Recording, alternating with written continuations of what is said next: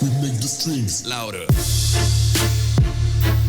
What's up, guys? Welcome back to another episode of the Long Road Podcast. And we have a very special guest today, which is Mad Mike, all the way from New Zealand. It was a long road to get here.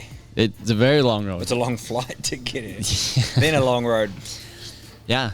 So what do you think of the name of the podcast, The Long Road? Yeah, I think it's good. What does it stand for? And obviously, like, where does long road come from? As I know, there's a lot of long roads. There's a long road to get here. I think just from Colorado Springs. In general, just that's what life is. It's a long road. You know, it's not like a short one. It's not like a racetrack. It's just a long road going places. So with many different just kind of like Pikes Peak, you know, sometimes it's rainy, sometimes it's sunny. It feels very short. I know it's like 150 corners, 14,000 feet in elevation. You drive it normally and it seems like a long road, but in that thing it doesn't feel very long. But then you realize you haven't breathed for, like, we've only broke it down. We've been practicing this week when we're doing qualifying, and they break it into a third. So you do the middle section, then we did the top, and then we did the bottom.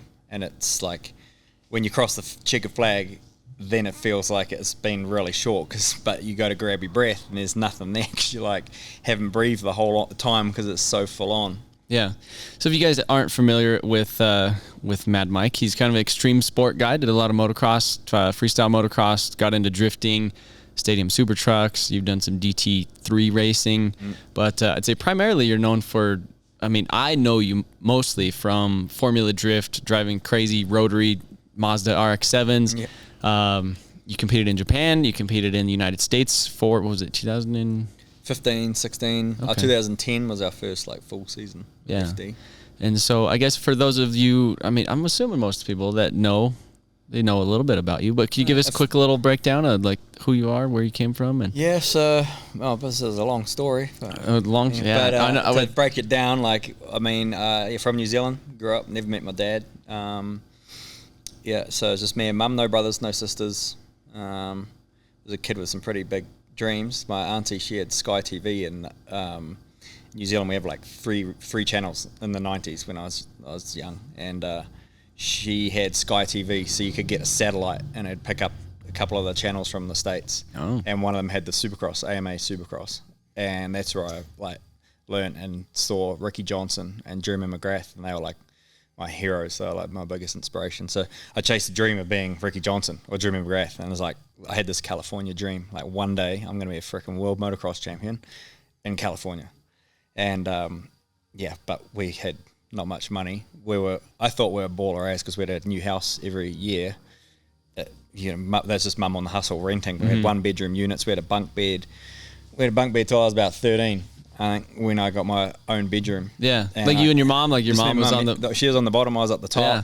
Had all my WWF posters and my rad, BMX posters, and it was a good life, man. I had an awesome childhood. Mum every weekend was out riding horses, and I was just kind of dragged along and had some little radio control cars and BMX bikes, and I was about 7, 8 years old, and she got me a clapped out old motocross. Well, it was a Suzuki DS80. I remember it so well because the thing didn't even work when she gave it to me. Were the DS80s the one that had the headlight on them? Yeah, the headlight with the freaking number plate. And I took that off and put the ice cream container lid on and made my own numbers so it at least looked like a motocross bike. But it was 2-stroke, 5-speed, clutch, quite a lot of bike for someone that's never ridden a motocross bike before. So I had to figure that out, and anyway, so rode dirt bikes around the farm, scaring the horses, and then starting to get told off by mum and stuff. But got into a bit of racing, and then got quite competitive through the 90s. Never had a new bike, but mum, we would stop at the sign riding shops, and I'd get all these offcuts of all the vinyl, the pink and purples, and hand cut Fox logos and all that sort of stuff, and make my bikes look cool. Because back then you used to have to take your bike through a tech inspection in the morning, a scrutineering they'd call it. And you'd roll through and you'd have your helmet, old RI with the 2-piece chin thing on it, and your Scott hologram goggles and Fox gear and all the stuff. You'd roll through and do that. So did that for a while. How did you fund that? How did you make money? Well, those stickers were free. I'd just go to not the stickers, but the racing. That was mum funding that at that time. Okay. I was only 10, 11 years old. Just working jobs. She was, and still is in childcare, so she looks after preschoolers. Okay. And so we'd like I say, go ride these bikes, and then it just got too. I got quite competitive in motocross. Started racing nationals and got some good results. And it just got too expensive for Mum. She's like, I just can't keep up the maintenance, the clutch plates, the new tires. And I remember making this thing with a car battery, 12-volt car battery, and then with these wires, and I'd get some of these leather horse riding gloves she had, and I would like melt a square edge on all the knobs on my tire, and then I'd do it again. Like then when it got so far, I'd rotate the tire on the rim and then do it again. So I was like cutting the square edge with this like red hot wire that's hooked up to the positive and negative on a battery. Oh wow, that's sketchy. I like that. Yeah, it's like those. It worked. Those videos you see online of them cutting like new tread and tire tractors. But literally, this was you in your shed. Yep. Yeah. And no, we didn't have a shed. Oh. No garage. My motocross bike used to live in my bedroom, which was also Mum's as well for a long time. So, I really loved my bike. And then so got to a point where, it got too expensive for Mum, the maintenance, clutch plates, all that stuff. And so I kind of gave up. I got into cars at a very early age because New Zealand legally you can't drive till you're about 15. I think it's 15, 16 to get your road license. I think it was 15 when I was a teenager. I was 13, and it was like this Mazda 323 popped up for sale.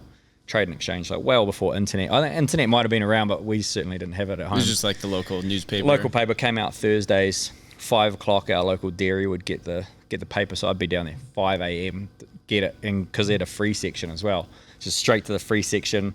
You know, it was all landlines. No one had mobile phones back then, so you're landlining all these freaking like DX Corollas and KP60 Starlets and 323 Mazdas, and like for $100 you legit could go buy like a pretty decent car, and we would go and thrash them on the forest. We'd cut the fences and hurt no one except ourselves, but learned the discipline of driving sideways and fast and scaring the shit out of ourselves. So that's funny. It's funny the marketplace stories that you have. Like I feel like you and me are just like equally addicted to buying stuff. And just the used stuff, and the more unique it is, you're just like, I need that. Yeah, and just stuff that's different. I like even the cars we're building now are still just want to do stuff that like one. I love to be like a pioneer of our sport of drifting and like trying to create new stuff rather than just building a Lego kit. You know, you can buy this chassis and that steering lock kit that's already developed and won championship here and there, and like it's just a money kind of, like I say, Lego kit where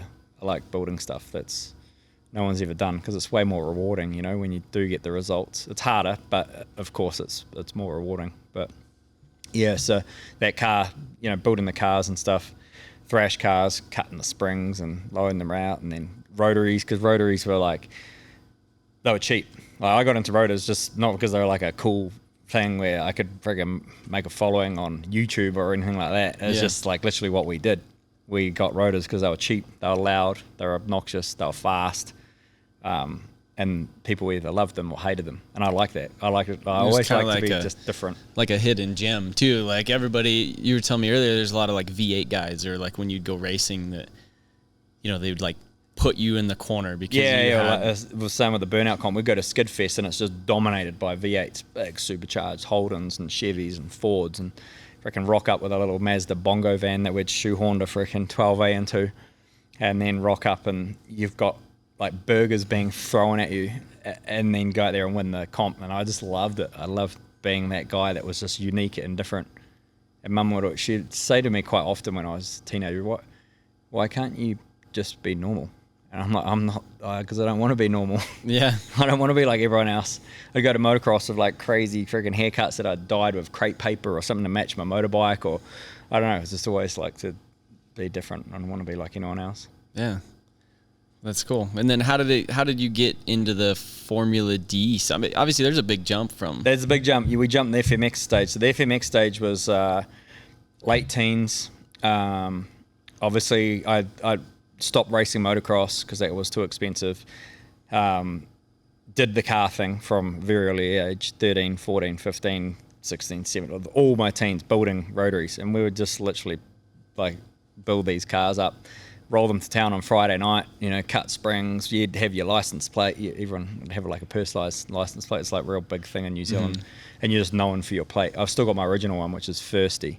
So you can only have 6 characters in the New Zealand license plates.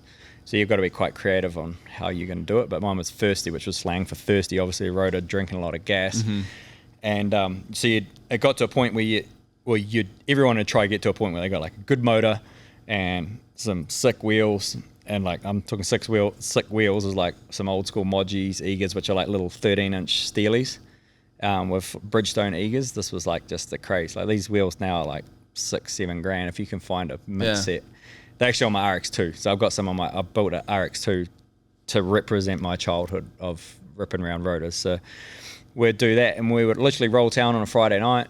Dudes would be like, "Oh man, frick, that's sick," and we're like, "Oh, yep, I'll swap." Bodies. So then on the Sunday, you'd go and we'd like swap motors out. So do a swap. Yeah, I keep my motor, my wheels, and on a Saturday we could do that. We could legit just pull the motor out and swap the wheels, and then we'd roll town on a Saturday with the same plate and everything, but in a different car. You're also here for the hill climb. Yep, that's the main reason you're here. Is obviously the hill climb. You're a rookie. First time on the mountain, and you essentially have this insane car. Yeah, we've been a big dream from, I think, playing. I never thought it would actually come to a point where I was racing pikes. So obviously got into drifting, and drifting was cheap, to get into drifting because I had a lot of injuries through those FMX days doing that transition from racing to FMX. And then 2002 got told I wouldn't walk again. I broke my back, compressed and fractured 4 vertebrae. And that was due to the FMX stuff? FMX 6 weeks before that, I had snapped my femur in half and titanium rods in there, and just like, I got a lot of scars from a lot of injuries. But I was like, man, this is brutal. It's like this California dream of me trying to get to California to be this Ricky Johnson, Jeremy McGrath, or by then in the FMX, I was like, Deegan was a huge inspiration, Ronnie Feist, Twitch. So I'm like, this is how I'm going to get to California. I'm going to be a freaking Krusty Demon. And I got on a couple of Krusty Demon DVDs, back when they came to New Zealand. It was pretty funny. They came to New Zealand. We were so pumped that they were there. Want to go riding with them.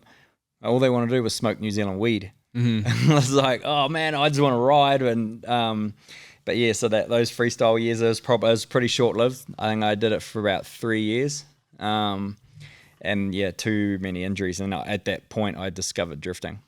And I'm like, wait, they got a freaking sport for this? I've been doing this since I was like 12 years old, and like old paddock hack cars freaking up and down gravel roads and in the paddocks bouncing off fence posts and trying to dodge the cattle out in the paddock. And and because I knew rotaries, we built Mad Bull, which was my first drift car. And then, that was 15 years ago. Wow. And here we are, Pikes Peak. So now escalating. And what was the first setup on Mad Bull? First setup, so that was the one that came to the States, 2007, D1GP World All-Stars. So my third event into drifting. That year, D1GP did a big driver search. So they went to UK, they went to Australia, New Zealand to license a whole bunch of other foreigners to come to Irwindale Speedway for 2007 D1GP World All-Stars. And you just had to finish in the top 4 to get this license. And I finished 4th and then got this little D1GP license to say I could come and compete in California. So I was like, fuck, this is the California dream like now. Yeah. And that year I was mathematically in a position, I was second in points for the local championship and potentially could have won the championship my first year competing. And it was one of the toughest decisions I've had to do in my whole life was like, do I stay here and try to get a national championship under my belt? Or do I take this maybe a once-in-a-lifetime opportunity and ship my car to USA, which is going to require a lot of work to come up with 20, 30 grand to get a container together with, I'm talking New Zealand dollars here, so, 15 grand US, I guess. But it was a lot of money back then. When we built the car, we'd already sold a lot of stuff to build the car, TVs, VHS players, and Tony's show cars. She's, always had crazy concepts and that we've put together and built show cars. So, did everything we can. And that car was a naturally aspirated 3-rotor, pre-fuel port. It's about 360 horsepower to the wheel, but really didn't. Drifting back then, well, for me, it was I had the D2 platform suspensions, which was wound to the floor. I'd even taken like the locking nut off because that was like another 10 mil. So it was like just the thing was on the ground. Stretched tires. We were running like work equips that were like 12-inch wide with 225s stretched on them at like 50 psi. And here we are at Irwindale competing against Nomakin, Yoichi Mamura, Vaughan Gittin Jr., Reese Millen, Sammy Schubinett, Tanner Faust, like. Drifting was a lot different back then. Oh yeah, it was way different. And like even with that setup, like we made the top 16. I couldn't believe it. In the top 16, we were the only foreign driver outside of obviously the Japanese that were in there. But yeah, it was crazy times, and that for me really cemented the Mad Mike name. I'd say name because it was just a name then. It wasn't. Now it's kind of turned into a brand, but yeah, it cemented it in the drifting community. And you had the Mad Mike from the FMX, right? FMX, yes. I mean, to be fair, I freaking hate the name. Like at the start, I was like the commentator because he didn't know what the tricks were, and he was a Mike Poru. He's a New Zealand announcer, and he does radio and TV, and he come to be the commentator, and he's calling me Mad Mike. He's like, "Oh, here comes Mad Mike!" Yeah. And I went up to him like, "Bro, can you stop calling me Mad Mike?" And he's like, "It's okay. I gave you the name. You didn't give yourself that name." And then like this dude that same day came up and was like, "Man, would you ride at my 30th birthday next weekend in MILWAUKEE," which is like, you know, it's not far from home. It's about an hour's drive. But I was like, "Oh, well, it's not my ramp. You have to go speak to Jason Holyoke, who's a dude that I used to ride with. He was another maniac. But he owned the ramp. So I was like, go speak to Jason." And then anyway, end of the day comes and Jason comes up to me. He's like, "Bro, there's this dude. He wants us to ride at his 30th birthday. You in? It's next weekend, $500. I'm like, "Oh, bro, I'm in. I don't know where I'll find the money, but I'll just count me in." He's like, no, he'll pay us $500. And that was year 2000. That was my first, 99, 2000. It was the January, big day out was the big event. So that was my first like pro gig of actually getting paid to go and ride. And I just couldn't believe someone would pay just for us to go and do this like thing. Birthday party. Yeah, and then this everyone at the birthday is like, "Oh yeah, it's Mad Mike from Big Day Out," and then so it just went on, and then yeah, so for me then I kind of flipped it. So I'm like, okay, well now I've got this name, I've got to be this wild style and always bring something a bit more. If someone looks at the program on at an event, they're like, "Oh, why do they call this guy Mad?" So and now I have this. It's kind of followed through for drifting and. Yeah, now it's a freaking brand. It's crazy. Yeah, no, I think it definitely works. Seems like it works really good. I know. I put, like at the point when he was calling me Mad Mike, I can just imagine someone like Dangerous Dave or like like I was just so cheesy. I'm like I don't know, but it is. And he called you mad just because you were just because I was mad and crazy, dog. Because I didn't know the tricks, man. That was the thing. Was we had to bring the event brought 4 guys out from Australia to ride with us because there was only 2 or 3 Kiwis there that would hit the ramps. And so these guys came. They had a bag of tricks, man. That was Superman seat grab and here's Mad Mike. What the hell? Like because I don't have a farm. I don't have a jump ramp to practice on. I'd literally learn my tricks on the day. And that's why I ended up, breaking bones in front of thousands of people. And I remember breaking this arm here, and the bone came freaking right out, and I was up on the fence flicking my fingernail on the bone hanging out, and like just that. But that was what it was. Yeah. And then like it's crazy because back then it wasn't about like social media and filming everything, like all these surgeries and stuff that people do now to try and I don't know, gain followership and have all that stuff. It was just like we would just do it because it was fun and the adrenaline and the fear, and that's exactly what we're getting out of this thing this weekend. I'm going back to those like freestyle motocross days of really, because I'm like in my comfort zone now drifting. I don't care what road it is, how fast. I mean, I'm always driving on that edge of fear, but drifting is my comfort zone. Coming here to Pikes Peak, it's way out of my comfort zone going that fast around those corners. And grip racing, because once it steps out, like it's so different. The tires are so much grip, but once they've broken their traction, it's like ice skating. You're on a mountain with cliff drops, and there's ice, and there's snow, and there's fog, and yeah, it's scary. And it's like 5 a.m. after you just been, Yeah, we're doing like, that's what you don't see. I've done all the study on this event, since knowing that we're going to come up here. We got, a factory deal with Mazda to be able to build this car. It's been incredible. There's a lot of brands on here that have helped us, come out here and live out this dream. But what you don't see in studying is that the teams all week come out, practice and testing is 5 a.m.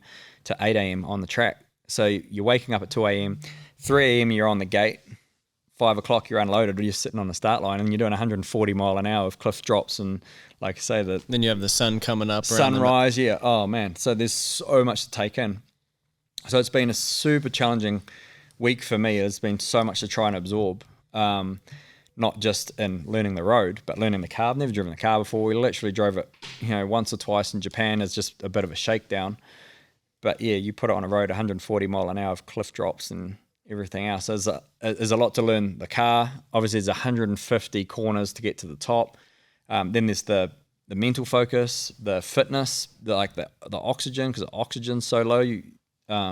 It's challenging. It's super challenging.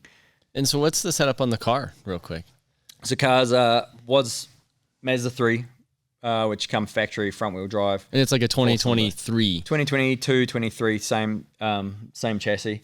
Front-wheel drive 4-cylinder, which we've ripped all the driveline out, the motor out, and pretty much put the same setup that we won the Formula Drift Japan Championship with, which is a 4-rotor twin-turbo, slightly bigger turbo, so we've got G40s on this one. It's about 1,400 horsepower at the wheel, and to be fair, like the biggest thing for us has been getting to that top section, just to tune at 1,400 feet of elevation, because everyone's like, man, you lose 200 horsepower here or 300, whatever. But we did the top section like 2 days ago, and man, it doesn't feel like it's lost any power. Mm-hmm. We're yet to run it, connect the 3 sections together, which we're doing tomorrow. But the car is still scary fast going across the finish line. So yeah, it seems crazy when you did the little testing here, at the Pueblo Motorsports Park. Like obviously we're at like 4,700 elevation, but like you coming down the straight, it's just like spinning, it's like down the drag strip. There's a lot of power, and those tires are so sticky that Toyo have built for us. So we've got a new wet tire and a new slick tire.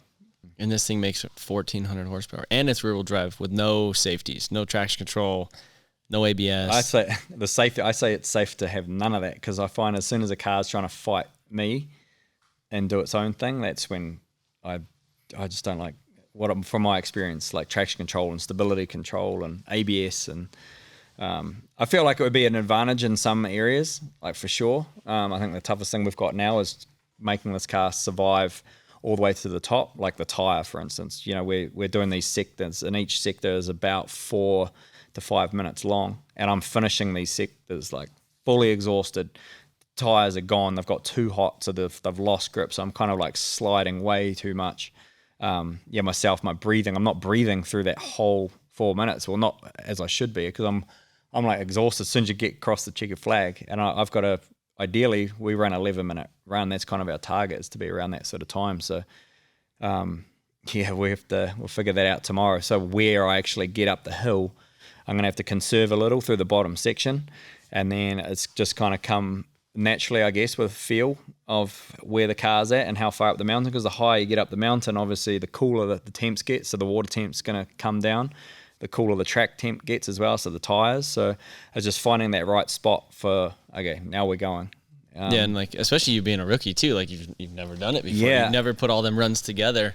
No, it's crazy. Like I say, so much to absorb, but we're fastest rookie at the moment. So you're in a good spot. Like, we didn't come here to try claim any world records, or we just, as a rookie, the main thing Pike say is the event is all rookies must stay on track, otherwise you're not welcome back. So and of course there's no room for error on the mountain. No, there's not. So I'm not planning on. That's the hardest thing. I've done a lot of sports psychology as well over the years, and 2018 was a big year for myself, winning the Formula D Japan Championship. But I invested a lot into my own body that year, and mentally as well, with sports psychology, and learnt a lot. So I'll be using a lot of that, like this whole week have been, and on the start line tomorrow morning. And what does that involve? Like this? Oh, there's lots of thought process stuff. There's breathing cycles that I go through. There's lots of things that are like little secrets now that I use as my weapon to. When Well, did you obviously start- got the best weapon underneath me. Yeah. But if I can, mentally have any advantage on anyone else.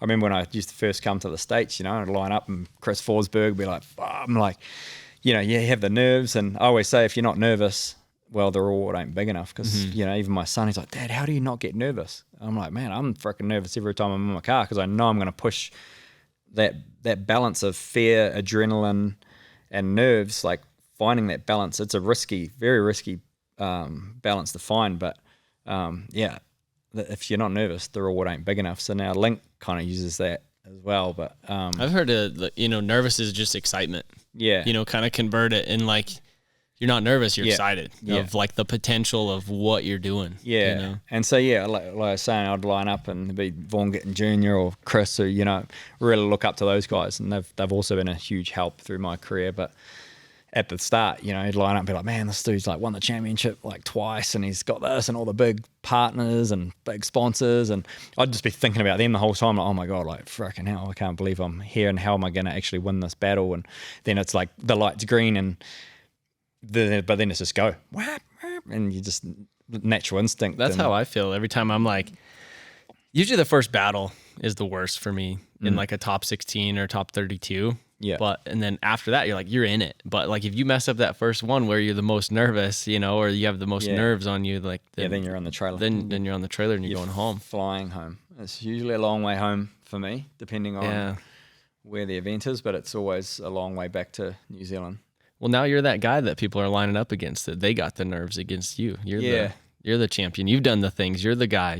Well, so the sports psychologist, he's like, yeah, but you think about all that to them, but what do they think about you? I'm like, oh, I haven't actually even thought of that. He's like, mate, they're looking at you. You've just come from New Zealand. You got nothing to lose. You're freaking wild style, checkers or wreckers, like bin it or win it, Like, as same as I said with the motocross days, it came to a point where my mum wouldn't take me to motocross because it's like I would either come home with a freaking first place trophy or I'd be in the A&E with a broken arm. And I kind of had that same mentality in drifting. We'd either be in the freaking wall or we would be standing on the podium. So I've like through that sports psychology been able to get through all that, and so got some bits and pieces that I, like I say, use as my weaponry. So guys, the next thing, I asked you kind of like the most common question that you get as Mad Mike. How do I become Mad Mike?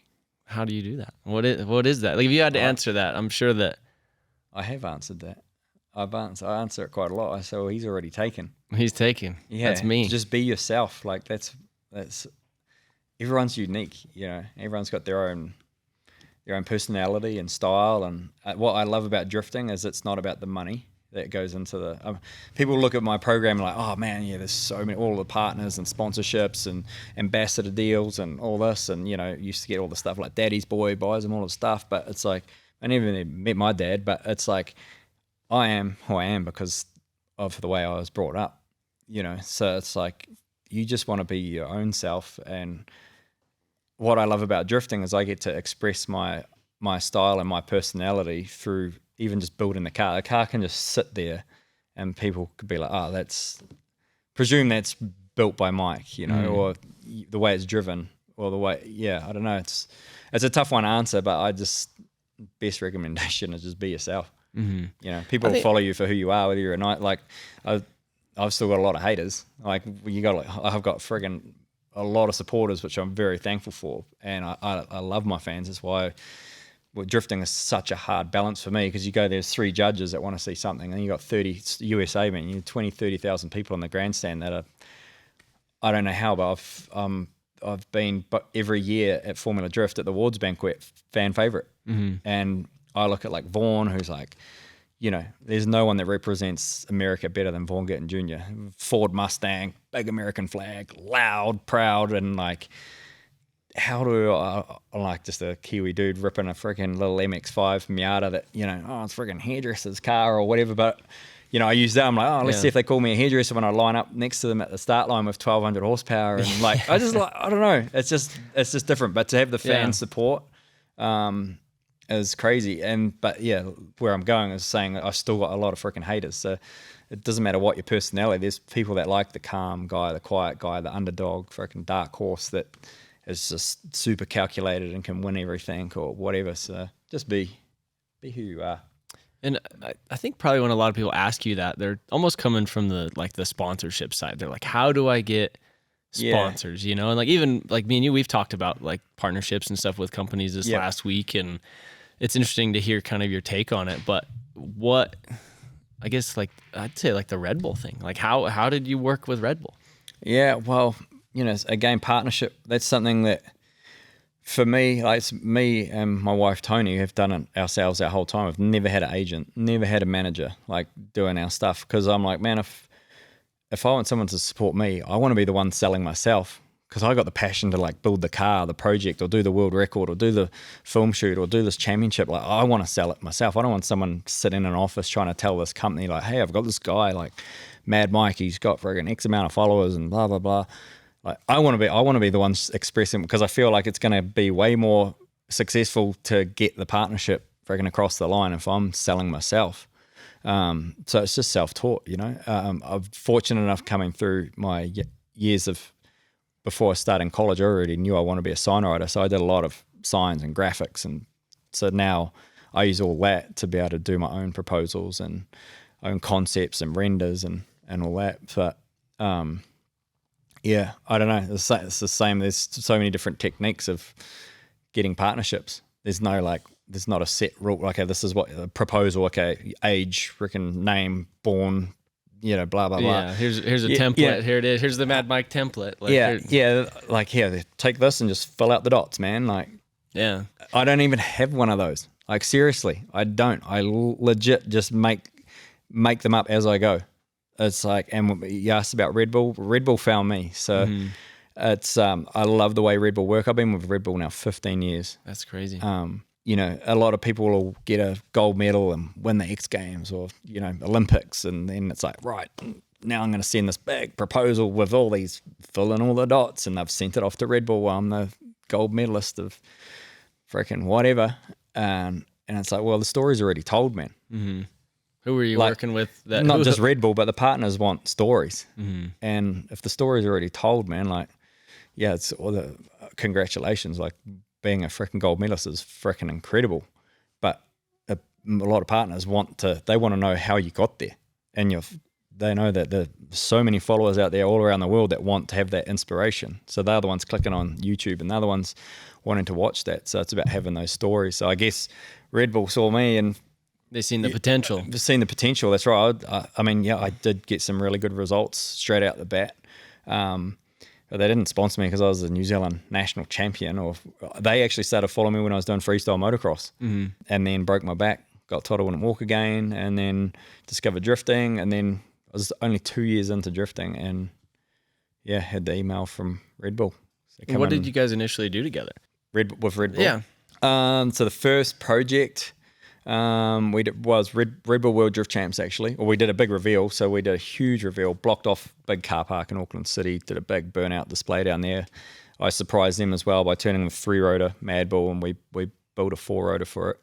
And then, yeah, just hussed a massive burnout in Auckland City. It was freaking sick. Had a massive big party, big Mad Mike Red Bull release. I named the car Mad Bull, so it was the first one. So like, going back to the license plates, it was MADBUL. So it was like Mad Mike and Red Bull collab. Mm-hmm. So that was where that name came from. And then that car disappeared overseas, went to the States, Red Bull World Drift Champs down at Long Beach. And then I'm like, man, we need another car. So then Red Bull were like, you need another car. So they built us another car. Well, we built it, but they put up the budget, and we built Bad Bull, which was our second car. So then we could have a car that was traveling, doing international stuff, but I could still compete in the New Zealand series. So we got second 3 years in a row of D1NZ. We won the NZ Drift Nationals 3 years in a row.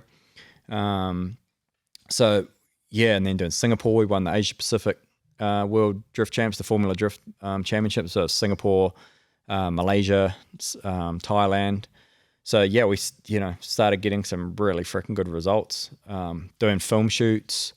I was really able to the whole gives you wings. So Red Bull really able to give my dreams wings. That's where it all kind of comes back to us. Like, when it seems like you had like the ideas, you had the concepts. That's right. You got to have the vision. You got to have the vision, and if the vision, Red Bull Drift Shifters, man, like that for me is an event designed. Like I'm the brainchild behind it. It's up to us as Red Bull sponsor and partner with these people, these athletes, because like, what's the next craziest thing in your discipline? If it's snowboarding, is it freaking quadruple backflip off some cliff somewhere? Or for me, I'm like drifting, I'm like, man, it's the most subjective, being a judge sport. You know, you look at boxing, gymnastics, freestyle motocross, there's always the subjectivity around the style element of it or how it's judged. So I was like, man, if we could create this like drift event that had no judges, the police, usually it's like police radar guns that get your speed, so they trap your speed. Then there's like a satellite GPS which picks up your angle.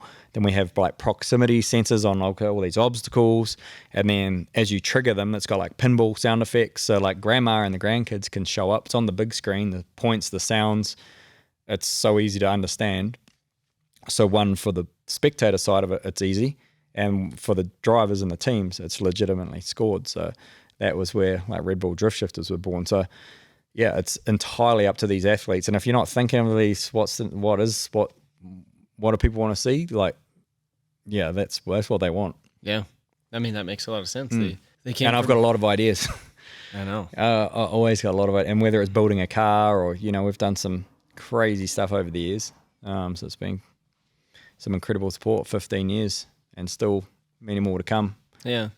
So I guess the other question I had for you too was your family. You mentioned your wife, Tony. Yep. Your kids. Yep. All of that stuff. And kind of almost even being a, you know, now you're kind of like a ambassador for dads, you know, like because you're a dad and you're still doing this stuff. I feel like a lot of people, you know, once they become like, obviously I have 2 kids at home and it's tough, you know, like dealing with the whole relationship, you know, with your wife, your girlfriend, but then you have your kids that you need to spend time with, but then you have these partnerships and you have this, you know, this image or this, obviously everything that you're doing with your life. How do you manage that?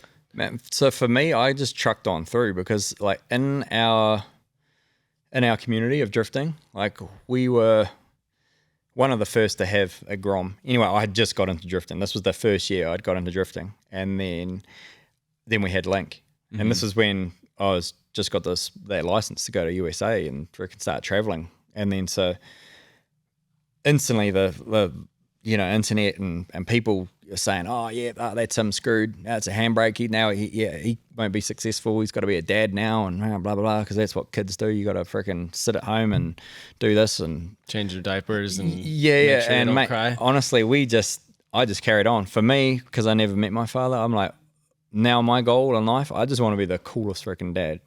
So he would travel freaking, he wasn't even a year old, and Link was in the capsule on the plane, and we're off to freaking California, Long Beach, freaking World Drift Champs, and it's raining freaking ash from the California fires up on the hill, and you know, had some amazing support from family to help out when he was young. Like we were on track. Tony, she was my spotter. She's team manager. She's my spotter.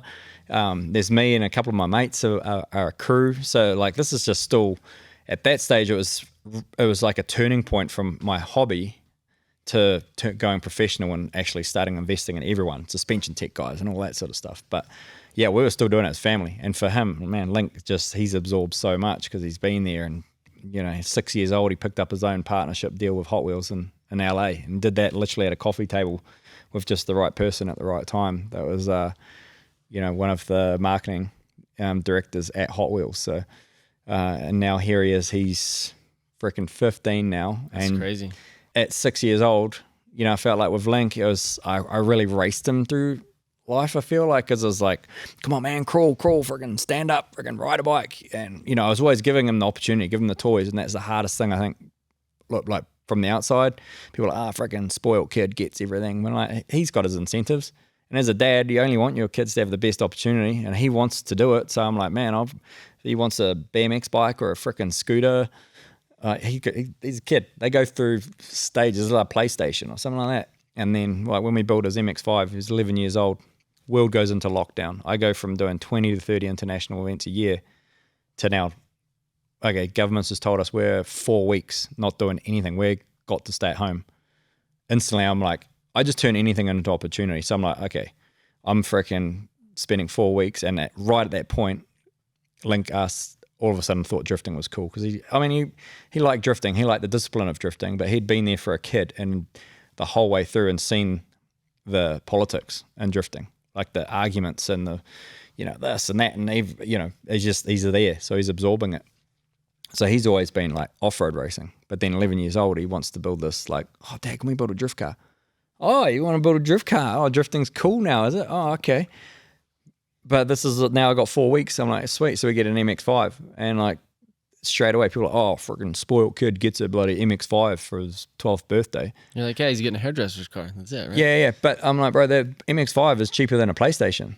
Your dad will go out there and buy his kid a PlayStation, and he'll sit on the PlayStation all day while his dad's on the freaking scrolling the phone. I'm like, man, me and Link just spent 4 weeks literally pulling stuff from around the floor, gearboxes out of my old Mad Bull RX-7. We're like, documented it, and now he's been able to build, he's got 70,000 followers on Instagram. He's freaking ripping through his TikTok, and he loves it. He loves having the support and the fans, and he's got a lot of haters. This is the real hard part, is like going back to where I was saying with the haters before. And I'm like, because Link could be like 4 years old, and he used to, scroll through and look at pictures on my phone and be like, oh, Dad, this guy reckons you're building a hairdresser's car. I'm like, don't worry, man. The fans will they'll back me up, man. The fans always got my back. And then now Link's at that point, and he's getting the same thing. Oh man, look at this dickhead. He's freaking copied the Hot Wheels car. And like, as a father, you just want to freaking rope these kids coming in. But I'm like, now he's telling me, oh, don't worry, Dad, the fans will back me up. It's like, it's so funny. But it's just and then we have Jet. Jet's now 7, and she is more competitive than Link and I put together. Yeah. So you guys are out racing around the yard together. Yeah, with her buggies, and I'm trying to just keep her off bikes because I hate seeing her get hurt. Not that I hate seeing, that I didn't like seeing Link get hurt, but just with Jet and bikes, she really likes the buggies, but she's still like a girly girl princess. She dresses up as Cinderella and Belle and does all the girly girl things, but if she hears Link and the boys out on the bikes and she's freaking straight out there and wanting to race, she's quite competitive. That's and cool. Then I think, obviously myself, and then Tony, well, she's X3NZ for BMX, doing her whole family traveled. Mum, dad raced, sister, brother, all raced BMX. Like New Zealand and BMX is such a freaking cool sport. I also grew up doing BMX. I actually used to race Tony's brother, like way back in the teens. That was pretty funny. So when did you guys meet each other? So I would have been like 22, and actually met Tony at a bar. Yeah, the bar find. But a freaking good one, the best. Yeah, I'm now fortunate. I've got the best chick in the world, man. Like seriously, just having that support, and I would not be anywhere near. I'd still be paying. Like I was so in debt, bro. Like honestly, so many fines when I was young for no WOF, no rego, which America probably thinking, what the hell does that mean? So every 6 months, your cars have to get checked, lights, suspension, that it's legal, and nothing of mine I could afford was illegal. It was too loud, it was too low, it was all, and just going to get pulled over, and it was fine on top of fine, and dangerous driving on top of reckless driving. And of course I don't condone street racing now at all, but it's like there was nowhere to go back then. Like now there's racetrack. I do freaking grassroots drift days once a month where we open up the track out Hampton Downs, give the fun a safe environment. We've got like, fire crew and all the stuff that potentially can go wrong. But yeah, going back to just having that support and good friends, surrounding yourself with good friends. It's a huge thing having a, your wife, girlfriend support whatever you're doing, especially with the kids, that's tough. Guys, this podcast is brought to you by MotionAutoPerformance.com, where we have over 200,000 parts in stock ready to ship directly to your door. So if you guys are interested in any of the parts that we use on a lot of the builds here in the shop, like Deechworks injectors, Deechworks fuel pumps, Garrett turbos, tons of internal parts. We have WeatherTech floor mats. We have K&N air filters. We have Mishimoto coolers. We have a ton of stuff. Pretty much anything that you could think of aftermarket-wise to put on your car, we have it on the website. So if you guys wouldn't mind clicking that link in the description, or just get on your mobile phone, type it in MotionAutoPerformance.com. Appreciate you guys listening to this little ad segment, and let's get back to this podcast. All right, so we are back. So kind of the next question, I guess, the little transition. What's kind of next for Mad Mike? Well, I mean, I still continue. I still, like we've been talking about, I still got a lot of ideas upstairs, up in here. But man, I'm just putting everything I possibly can into my kids. You know, with the other next generation, like at Link being 15, and he had opportunity this year to actually run Formula Drift Japan with me. But I just feel like he's still so young, still important years of school, and I don't want him to get burnt out. You know, I see a lot of kids that I raced motocross with back in those days. Mate, they turned 17, 18 years old and they're out as proper waste of talent because they were just pushed so hard through all their years because they didn't even want to race motocross. It was more their dad's dream. So for Link, like I was saying before, he goes through BMX and scooters and go-karts and now drifting. It's like you just kind of let him float. And if I can fuel his dreams, then that's the win. So, and you still kind of you definitely want him to be a kid too, because you know how long, like you've been doing this 15 years. It doesn't stop. No. You know, it's not like he's going to be able to go back and relive those kid years. So like giving him the opportunity to kind of be free. Yeah. And that's where it's like some weekends, you know, like we'll be motocross and then it's like drifting. And then some weekends, he's like, oh, Dad, can you just drop me down to the train station? We want to catch a train up to Sylvia Park, which is like just a shopping mall or whatever. With his boys. So I'm like, oh, of course, man. Like, fuck, it's a good cheap weekend for me. But yeah, you got to let him be young because I had my young years, man. I didn't start getting paid to do this like riding bikes. Well, I was 20 when I did that $500 deal for that 30th birthday. But you know, I was like mid-20s when I got picked up by Red Bull. So yeah, for Link, I just want to let him be a kid.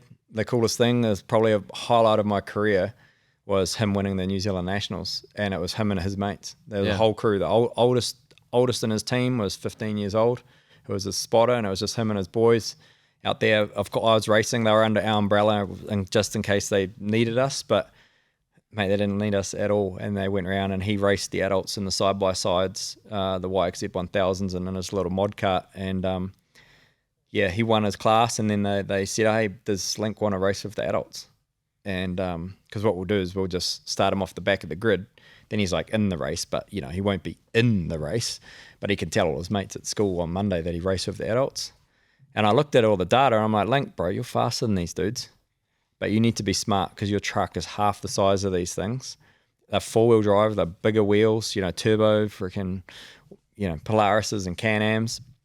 But so you need to be smart about it. And then went out there and yeah, he got the last dude on the last lap from a 30-meter off the back. He'd made up the 30 meters by the first corner because they all dived on the inside, and he's just wrecking around the outside, in and out, and it was just the coolest thing to witness. And then just it was him and his mates. So yeah, it just goes back to making sure he's still having fun with his mates. And like they go to motocross, and yeah, he's not out there podiuming at motocross, but you don't have to podium. The biggest thing about anything is just going out there and having fun. Even at this level here, we're here at Pikes Peak. Priority to me, to my team, is we all have fun. And if we win, well, that's just a bonus. I think that's probably about all the time we got. You have a lot of... Yeah, well, we need to get... we could do this pod. We could go all afternoon. I feel like we could go for a long time. Yeah, so I got a long life story. Maybe in the future we'll do a part 2. Or maybe we'll come to New Zealand. Yeah, come to New Zealand. Come hit a summer bash or something like that. Something cool. No way. I've been wanting to do some traveling, and I think we just need to throw the family with us. We'll just bring them along. Yeah, highly recommend it. If you guys are listening to this, obviously it's after Pikes Peak, but literally tomorrow, Mike is going to be on the mountain. Yep. Ripping 1,400 Yep, horsepower. we've got, we're 3:15. Setup started at 2 o'clock. So we are heading to Pikes Peak right now to go set up. We'll see you on the live stream. Yep. Thank you guys for watching. See you later.